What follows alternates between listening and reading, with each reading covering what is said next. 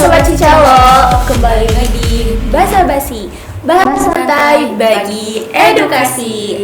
Kembali lagi bersama saya Linova dan didampingi oleh partner saya Sania. Pada hari ini kita kedatangan tamu yang spesial dari Kepegadaian. Boleh Bapak Ibu perkenalkan diri terlebih dahulu. Ya, terima kasih ya kepada keluarga Cicalo atau SMK Cikalong Kulon ya, yang biasa kenalnya Cicalo ya. Perkenalkan, nama saya Muhammad Hisnandar, saya sebagai BPO penjualan dari Pegadaian Cianjur, dan saya nggak sendiri ya, sebelah saya ada Ibu Erni dari Pegadaian Cikalong. Baik, terima kasih. Kalau gimana kabarnya kita ini? Oke. Untuk kabar kita ya alhamdulillah ya, kita sehat semua gitu kan. Apalagi sekarang kita harus menjaga pola kesehatan gitu kan. Di situasi yang nggak menentu seperti ini gitu kan. Kesehatan juga gitu kan. Lebih pasti didampingi gitu kan oleh gimana sih pola pikir kita gitu kan. Ketika kita berpikirnya lagi banyak pikiran, banyak ini itu, kita ya harus lebih teratur lah gitu kan, dari pola makan dan juga keuangan juga gitu. Kalau boleh tahu nih, ayah ini kesibukannya apa sih gitu di Kepegadaian? Ya, kesibukannya kita seperti salah kalau kita kan marketing ya. Kita mencari nasabah atau mau mencari yang mau investasi gitu, ngembangin asetnya di emas gitu. Tuh, kita mengarahkan ke beberapa instansi gitu kan untuk gencar-gencarnya, yang sekarang kita lagi ada program Gencarkan. Nah, Gencarkan itu adalah Gerakan Nasional Cerdas Keuangan. Jadi kita melakukan edukasi keuangan, cara manage keuangan dengan bijak, kita mengenalkan ke arah kemana sih masyarakat ataupun ya di sini misalkan guru-guru untuk berinvestasi yang aman, mudah dicairkan dan dapat keuntungan yang bisa didapatkan oleh nasabahnya ataupun oleh perorangannya gitu. Nah, kalau boleh tahu nih lebih detailnya, literasi keuangan itu apa sih?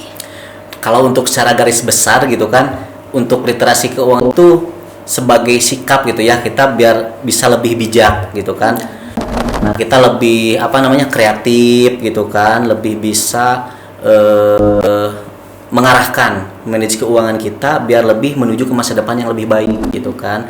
Kayak ya adik-adik semua gitu kan sekarang gitu kan ya masih sekolah, kita harus paham gitu kan, ketika kita nanti menginjak ke usia selanjutnya, kita tentukan mau kerja di mana dan nanti punya penghasilan tetap gitu kan, kita harus bisa memanage keuangan, kita harus bagi mana kebutuhan yang memang gak bisa ditinggalkan, mana yang bisa nanti dientarkan gitu. Jadi itu literasi keuangan ya, lebih ke kita mengedukasi, kita lebih bijak kemana gitu kan, bisa memilih mana hal yang lebih penting, mana yang bisa dilestarikan seperti itu.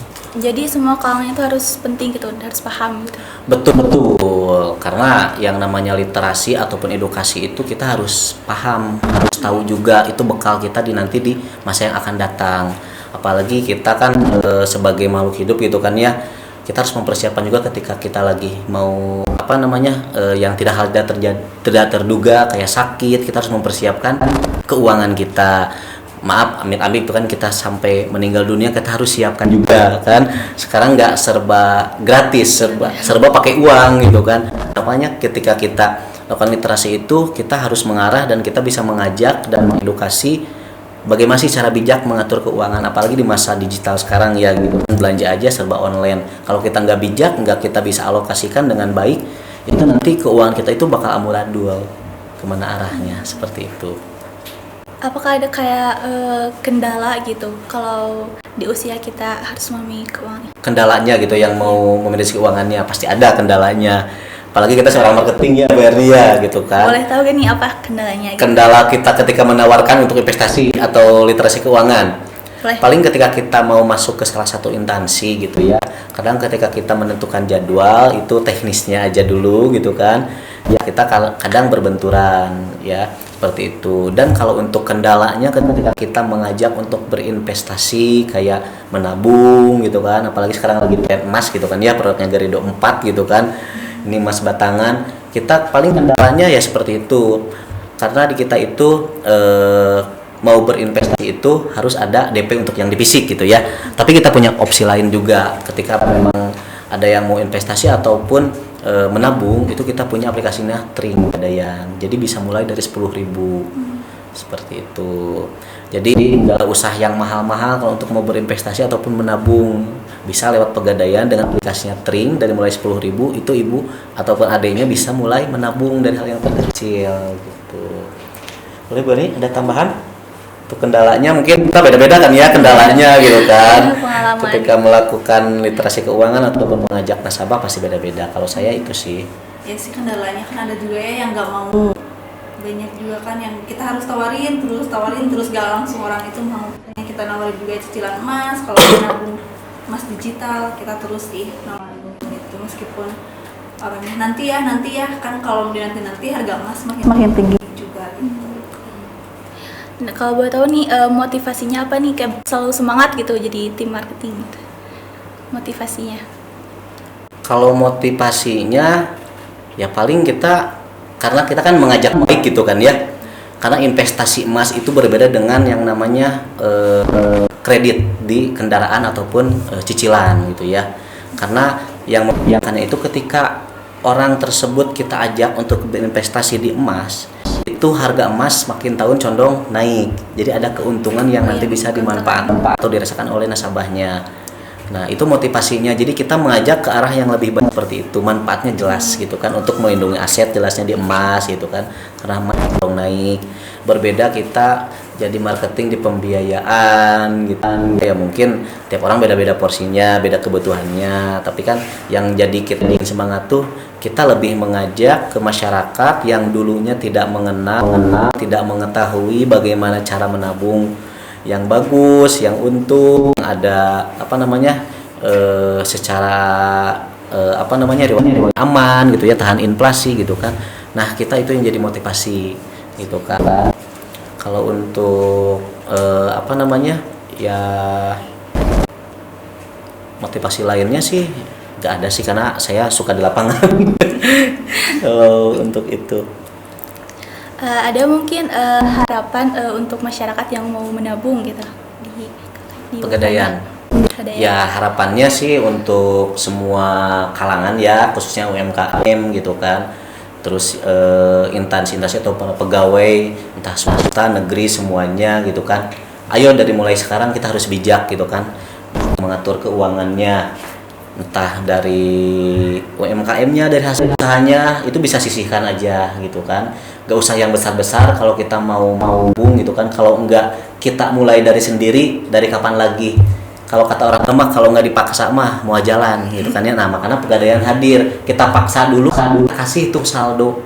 Kita gratiskan pembukaan tabungan emas gratis, bahkan kita kasih saldo gitu ya untuk yang mau membuka tabungan emasnya dengan melalui kita sebagai marketing dari Pegadaian. Kalau untuk datang ke outlet ya pasti ada biaya gitu kan ya. Kebetulan kita sebagai marketing kita kita bantu untuk nasabah ataupun instansi ataupun komunitas yang mau mendapat tabungan emas lewat Pegadaian, itu bisa hubungi ke kita sebagai marketing Pegadaian. Ya, nomornya jangan lupa dibawa ya. Hubungi. Berarti kalau mau nabung ke Pegadaian itu dari hal kecil dulu ya, kayak tadi yang 10.000 dulu gitu. Tuh, nggak usah yang besar-besar. Iya. Nah, dan itu sangat fleksibel juga kalau lewat aplikasi Tring.